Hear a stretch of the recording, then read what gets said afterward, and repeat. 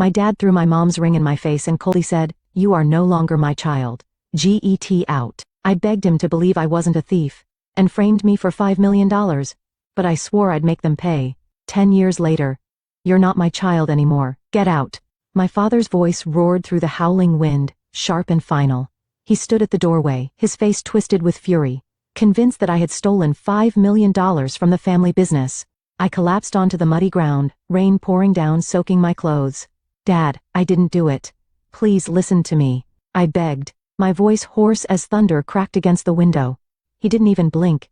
Instead, he grabbed my suitcase, already packed, like they'd planned this, and hurled it into a puddle. It splashed dirty water across my legs.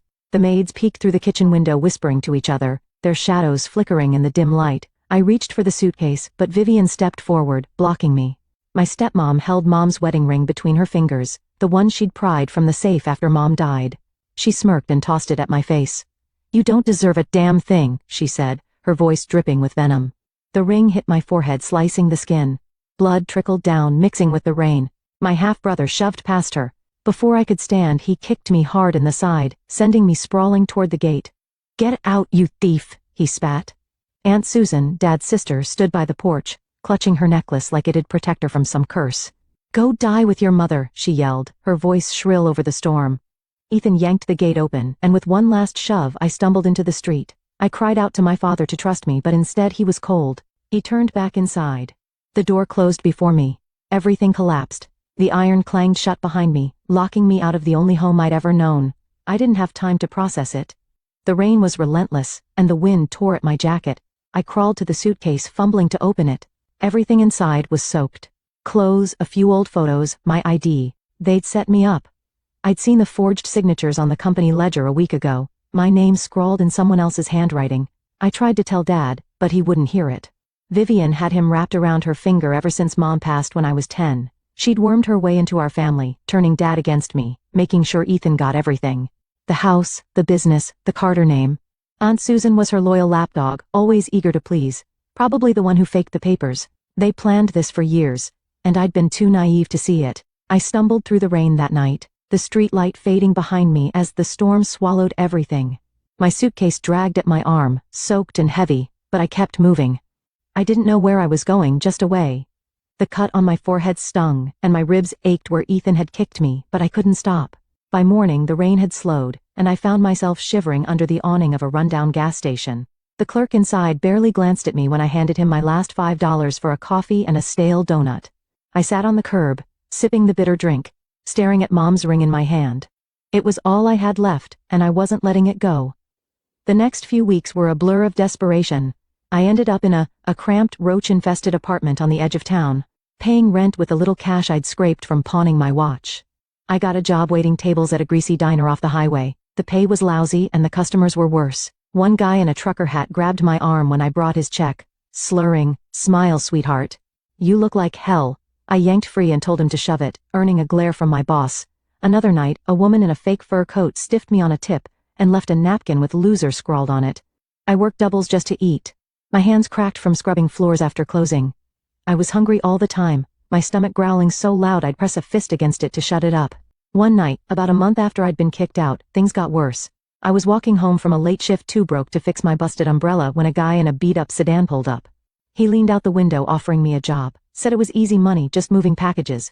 I was desperate, my rent due in 2 days, so I got in. He drove me to an alley behind a warehouse, and that's when I saw the look in his eyes. He grabbed my hair, pulling me toward the back seat, saying, "You're gonna earn this the hard way." Panic hit me fast. I fumbled in my pocket, found a rusty pocket knife I'd picked up for protection, and slashed at his arm. He cursed and let go, blood dripping down his sleeve. I bolted, running until my lungs burned, the gash he'd left on my shoulder leaking through my shirt. I hid in a dumpster for hours, shaking until I was sure he wasn't coming after me. That's when I met Jack. A week later, I was nursing a beer in the cheapest dive bar I could find, just looking for a place to sit and think. He slid onto the stool next to me, a wiry guy in his 30s with a faded leather jacket and scarred knuckles.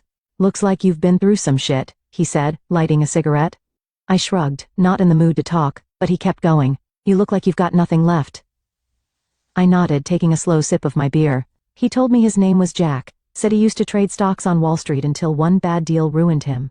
Now he was starting over, picking winners in the market, and I was the first person he'd seen who might be worth teaming up with. "If you want to survive, you've got to beat the bastards who think they're better than you," he said, exhaling smoke. "I can show you how." At first I didn't believe him. But I had nothing left to lose, so I told him my story. How my father threw me out. How he turned his back on me. How they framed me. We both wanted the same thing. To rise again and make the people who underestimated us pay. We shook hands. And just like that, the game began. Jack started teaching me the game. We'd meet at a library downtown using their free computers. He showed me how to read stock charts, spot patterns, and bet on companies nobody else saw coming. I soaked it up, staying late after my shifts, my eyes blurry from staring at numbers. I quit the diner after a couple months and pulled my savings with Jack to make our first trade. We bought into a small tech firm on the verge of collapse. It was a gamble, and I nearly walked away when the stock dipped hard. Jack grabbed my arm, his voice steady. "Hold on. We've got this." He was right. 2 weeks later, the company landed a contract and the stock shot up. We cashed out with enough to cover rent, and then some. It was the first time I'd smiled in months. From there, we kept going. I got smarter, bolder. Jack and I moved into a cheap office space, just a desk and 2 laptops tracking markets day and night. We hit a rough patch a year in, lost half our money on a bad call. I wanted to quit, but Jack wouldn't let me. "You're not a quitter, Evelyn. You're a fighter," he said, slamming a coffee down in front of me. We doubled down, sinking everything into a failing energy company. I found a loophole in their debt filings, pitched it to a buyer Jack knew, and we flipped it for triple what we paid. That win put us on the map. Over the next few years, we built something real, a financial firm with my name on it. I hired a small team, rented a sleek office downtown, and watched the money roll in. Jack stayed my right hand, the only one I let close. 10 years passed like that. I stood in my office one night, looking out at the city skyline, a glass of whiskey in my hand. I wasn't the same Evelyn who'd crawled out of that alley. I'd turned scars into power, hunger into wealth. My company was worth millions now, and I called the shots. Jack walked in, tossing his jacket on a chair. "You've come a long way," he said, pouring himself a drink. I nodded, glancing at Mum's ring on my desk. It wasn't enough. Dad, Vivian, Ethan, Susan, they thought I'd vanish. They were wrong? I set the glass down and looked at Jack. "It's time they paid," I said. He smirked, raising his drink. "Let's make it hurt." Jack and I didn't waste time after that night in the office. I'd spent 10 years clawing my way up, turning my scars into strength, and now it was time to use it. Susan and Ethan were first on my list. 2 pieces of the puzzle that had framed me and kicked me out into that storm. I'd watched them from afar over the years, tracking their lives through news clippings and whispers Jack picked up from old contacts.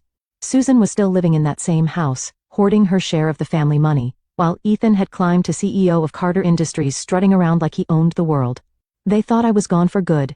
They were about to learn how wrong they were. I started with Susan.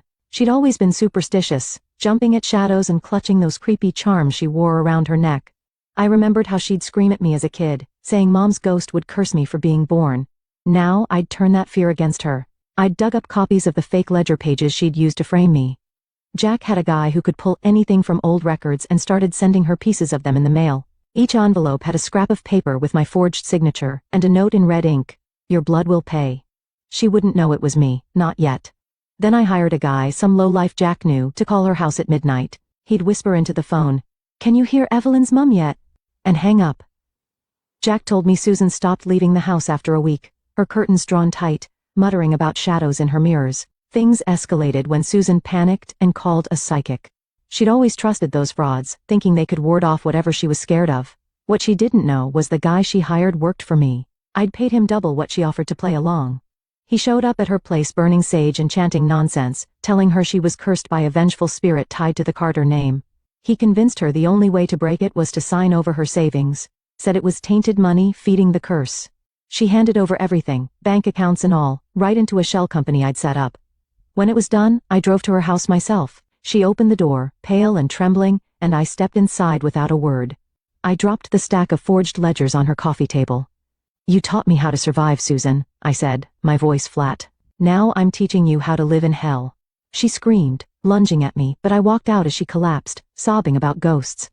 A month later, I heard she'd boarded up her windows and stopped talking to anyone. She was gone, locked in her own mind. Ethan was next, and he wouldn't go down so quiet. He'd taken Dad's company and turned it into his playground, firing loyal workers and pocketing bonuses. I'd been buying up shares of Carter Industries for years through dummy corporations, keeping my name out of it. Jack handled the details, working the numbers while I waited for the right moment. It came during their annual shareholder meeting. I walked into the boardroom in a black suit, my hair pulled back, and took a seat at the table. Ethan didn't even notice me until the votes started. I'd secured enough shares to call the shots. And when the chairman asked for secured enough shares to call the shots? And when the chairman asked for motions, I stood up. I moved to remove Ethan Carter as CEO, effective immediately, I said, loud and clear. The room went dead silent. Ethan's face turned red, his fists slamming the table. "Who the hell are you?" he shouted, veins popping in his neck. I locked eyes with him. "I'm the nightmare you made," I said, and sat back down. The vote passed. He was out. He didn't take it lying down. 2 nights later, I was driving home from the office when a black SUV swerved into my lane. The driver rammed my car off the road, and I barely got out before 2 guys with hoods jumped me. One pulled a knife aiming for my chest, but I ducked and slammed my elbow into his jaw. The other grabbed me from behind, and I stomped his foot, breaking free. I ran into the woods, heart pounding until I lost them. Jack picked me up an hour later, his truck idling on a back road. "Ethan's behind this," he said, handing me a burner phone. He'd tracked the plates, hired muscle linked to a guy Ethan knew from his college days. We didn't call the cops. Instead, Jack set up a meet with one of the hitmen, offering cash to flip. The guy spilled everything on video, naming Ethan as the one who'd paid him to take me out. I posted it online the next morning, tagging every news outlet I could. By noon, cops were at Ethan's house dragging him out in cuffs. The headline screamed fraud and attempted murder. He got life, no parole. Before they locked him up, I mailed him an empty check with a note. "Welcome to the hell I lived in." I watched the news that night in my office, Jack leaning against the desk with a beer. Susan was a wreck. Ethan was finished. 2 down. Jack glanced at me. "You good?" he asked. His tone casual but his eyes sharp. I nodded, staring at the screen where Ethan's mugshot flashed. "Yeah," I said, keeping it short. It felt good seeing them fall, but it wasn't enough. Vivian and Dad were still out there, living like nothing had happened. I turned off the TV and grabbed my coat. "We're not done yet," I told Jack. He finished his beer and followed me out. The dance wasn't over. 2 more steps to go. Jack and I left the office that night with a plan to take down the last 2 standing, Vivian and Dad. Susan was a broken shell, Ethan was rotting in prison, and now it was their turn. I'd spent years building my empire, waiting for this, and every move had to count. Vivian was still out there, living off what was left of the card of fortune, acting like she'd never done a thing wrong. Dad was holed up in a retirement home, a shadow of the man who'd thrown me out. I wasn't just going to ruin them, I was going to make sure they felt every second of it. I started with Vivian. She'd always been the puppet master, pulling strings to frame me for that $5 million theft. I had Jack dig into old company files, and we found proof she'd been skimming cash for years. Offshore accounts, fake invoices, the works. I sent it all to the press. Anonymous tips with enough detail to spark a firestorm. Within days, headlines screamed about her fraud, and the Fed seized her bank accounts. Her fancy house went up for auction, and her so-called friends ditched her fast. I thought that'd be it, but Vivian wasn't done. She hit back hard, filing a lawsuit against me, claiming I'd faked the evidence to set her up. Her lawyers were good. Too good. They got a judge to issue a warrant, and next thing I knew, cops were coughing me outside my office, hauling me in for questioning. Jack yelled after me, "Hang on, we'll fix this," as they shoved me into a squad car. It got worse. Vivian had connections inside the jail. She paid off a couple of inmates to mess with me while I was locked up awaiting trial. The first night, 2 women cornered me in the cell block, one pinning my arms while the other swung a fist into my stomach. "This is from your stepmom," she hissed, landing another punch on my jaw. I fought back, kicking one in the knee and slamming my elbow into the other's nose, but they kept coming. By the time the guards broke it up, I was bruised and bleeding. My lips split open. I spent 3 weeks in there dodging attacks, sleeping with one eye open. Jack worked nonstop on the outside, calling in every favor he had. He tracked down an old recording from a party years back. Vivian drunk off champagne, bragging to a friend about how she'd fixed the books to get rid of me. He got it to my lawyer and we played it in court. The judge's face went stone cold as her voice crackled through the speakers. The case flipped. They dropped the charges against me, and Vivian got slapped with 20 years for fraud and conspiracy. I walked out of jail a free woman. My name cleared. A week later, I visited her in prison. She sat across from me in an orange jumpsuit, her hair a mess, glaring like she could still win. I pulled her wedding ring, the one she'd worn with Dad, out of my pocket. I'd bought it back from the auction just for this. "You said I didn't deserve anything," I told her, tossing it at her face. It bounced off her cheek and clattered to the floor. "You lost, Vivian. I've got everything you ever wanted." She lunged at the glass between us, screaming, "You'll burn for this, you little bitch." I turned and walked out. her curses echoing behind me. The guard at the gate nodded as I passed, and I caught myself smirking. She'd rot in there, powerless, just like I'd planned. Dad was lost. He'd moved into a cheap assisted living place after the company tanked, too broke to keep up the old house. I found him sitting in a faded armchair staring at a TV that wasn't even on. He looked up when I walked in, his hands shaking as he tried to stand. Evil. He croaked, his voice weak. I messed up, kid. I'm sorry. I didn't move, just stood there with my arms crossed. You picked them over me, I said, keeping my tone even. Where are they now, Dud? He sank back into the chair, tears welling up. I pulled an old family photo from my bag, one of me, him, and Mum, before everything went wrong, and ripped it in half right in front of him. He flinched like I'd hit him, but I wasn't done. Then I found something I didn't expect. Tucked in a drawer by his bed was a letter, yellowed and creased, dated a week after that stormy night. It was in his handwriting, addressed to me. Evelyn, I shouldn't have believed her. I was wrong. Come home. Vivian must have intercepted it, kept it from me all these years. He wasn't pure evil, just a weak man who'd let her run the show. I stared at him, the letter in my hand, and he started sobbing. I tried to fix it, he said, choking on the words. I was too late. I didn't say anything for a minute. Then, I dropped the letter on his lap and pulled a check from my pocket. $5, enough to cover his bills for a while. Take care of yourself, I said, turning for the door. He called after me, please don't go. But I kept walking. Jack was waiting in the parking lot, leaning against his truck. I got in without looking back. Dad died a few months later, alone, his obituary barely a paragraph in the local paper. Jack's hand stayed on my shoulder that night after we left Dad's place, the bourbon sitting heavy between us. Vivian was locked away, Dad was gone, and the weight of it all pressed down on me. I'd spent 10 years fighting, building something out of nothing, tearing down everyone who'd hurt me. Now it was over, and I didn't know what to do with myself.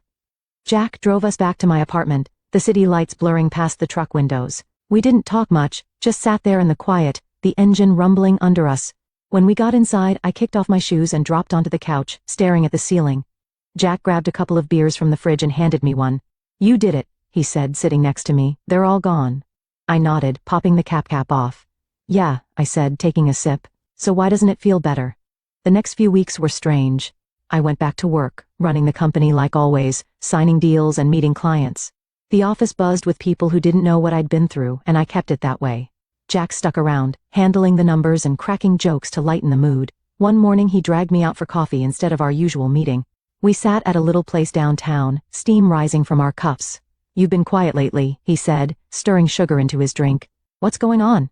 I shrugged, watching the street outside. Just figuring out what's next, I told him. He leaned back, studying me. You don't have to figure it out alone, you know?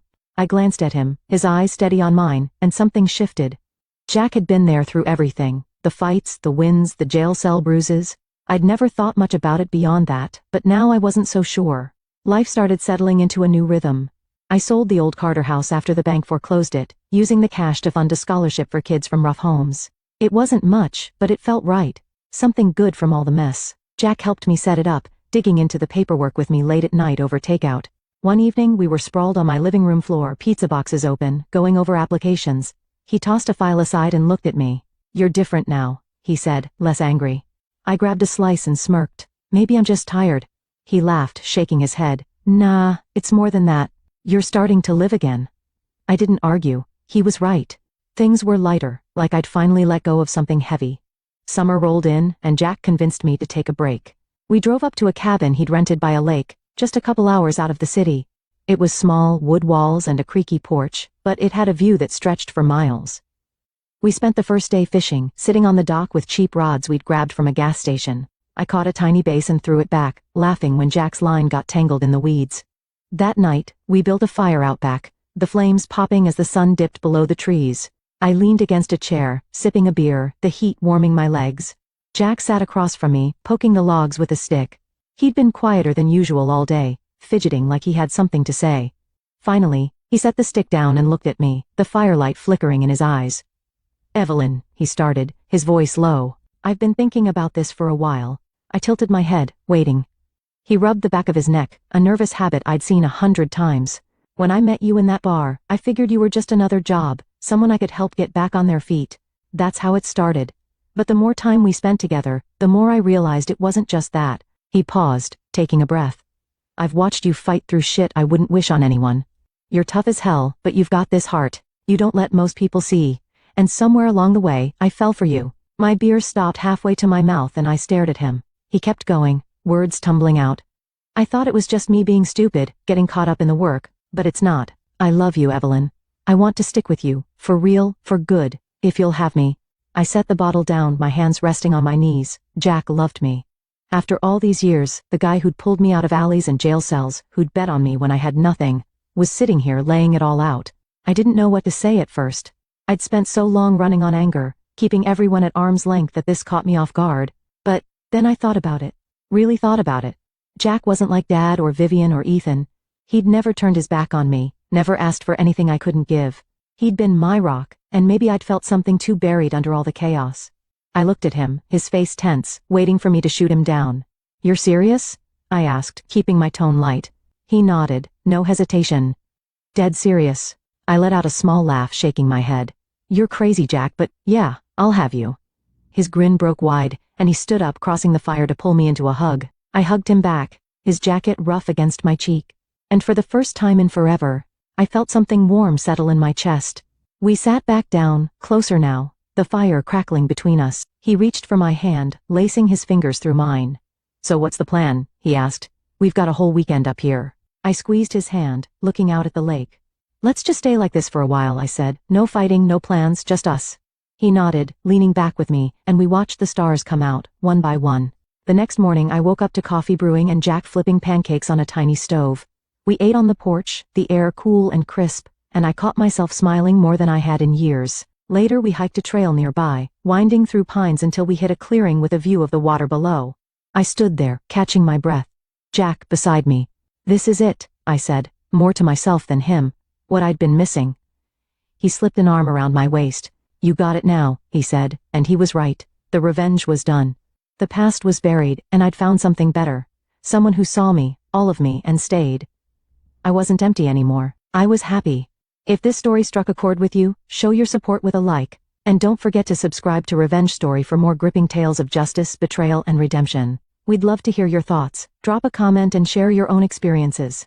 Every word you write helps build a strong, connected community where we can all share, heal, and empower one another. Stay tuned for even more intense, thought-provoking stories coming soon.